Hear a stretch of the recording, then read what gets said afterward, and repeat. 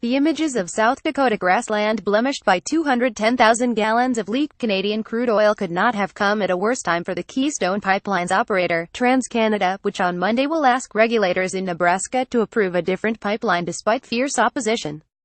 This week's leak was grimly familiar for Bob Banderet, a rancher on the Keystone route in North Dakota, about 20 miles north of the spill. In 2011, Mr. Banderet said he had spotted a geyser of oil shooting straight up in the air from a Keystone pumping station near his property. He found the response by TransCanada to be flat-footed and opaque. As far as transparency, in my eyes they get a failing grade, Mr. Banderet said. Though TransCanada has spilled far less than many of its competitors, the Keystone Pipeline has sprung several leaks since it began operating in 2010.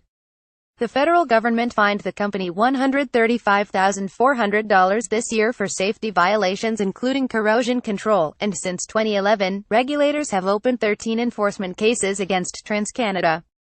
Thursday's spill follows the 2011 leak spotted by Mr. Banderet in North Dakota and a 2016 spill in South Dakota, each of which released more than 16,000 gallons. TransCanada has also reported several smaller spills.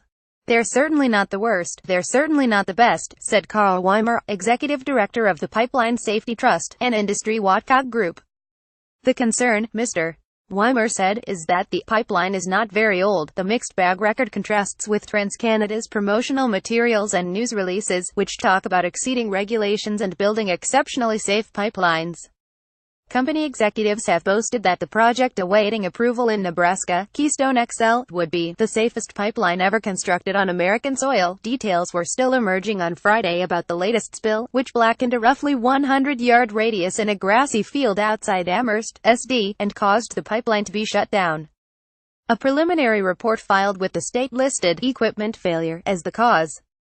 About 75 TransCanada workers and contractors were at the site on Friday, along with federal and state regulators, to begin a lengthy cleanup that will include the excavation of part of the pipeline. "I would think it's probably weeks for sure," said Brian Walsh, an environmental scientist with the South Dakota Department of Environment and Natural Resources.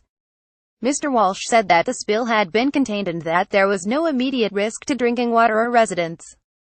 Ed Hers, a finance lecturer at the University of Houston and a partner in a small oil company, said it appeared TransCanada was responding appropriately by releasing information and sending workers to clean up near the site of a leak in the Keystone Pipeline in South Dakota, where 210,000 gallons of crude oil blackened a grassy field on Thursday. John Davis, Aberdeen SD American News, "The first thing they want to do is minimize any impact," Mr. Hers said. "They're out there racing around to get this done and mitigate the impact of this disaster." Despite several requests, TransCanada did not make any executives available for comment. The company said in a statement that it had taken this incident very seriously and was cooperating with regulators. Lillian Anderson, who owns land a few miles from the spill and has long opposed the project, said that she had tried to get close to the leak but that gravel roads leading to the area were blocked. "You could smell the oil," said Ms. Anderson, who said she had been unimpressed with the company since before the Keystone Pipeline began operation. "This stuff was so great we were never supposed to worry about it," Ms. Anderson said. "Well, 10 years later, guess what? It's leaking." The Keystone Pipeline is part of a 2,687-mile system that carries crude oil from Alberta to several points in the United States, including Illinois and Oklahoma.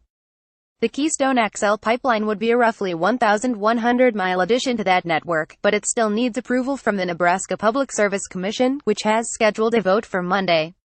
The Nebraska permit is the last major regulatory hurdle before construction can begin, but Keystone XL's opponents have pointed to the South Dakota leak as an ominous preview of what might await. "Imagine if this was right in the middle of where hundreds of cattle were and what that would mean," said Jane Klebe, who has led the pipeline opposition in Nebraska for years and leads the state Democratic Party. Defenders of Keystone XL, among them President Trump and many labor unions and business groups, have called the pipeline an economic necessity that would create jobs and transport oil more safely than a train or a truck.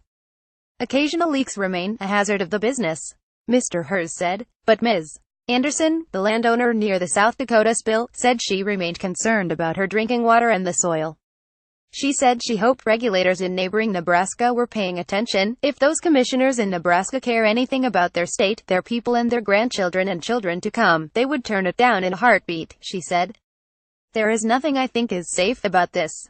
Clifford Krause and Hiroko Tabuchi contributed reporting. A version of this article appears in print on November 18, 2017, on page A10 of the New York edition with the headline as Pipeline Operator Plans for Expansion, Cleanup Begins in South Dakota.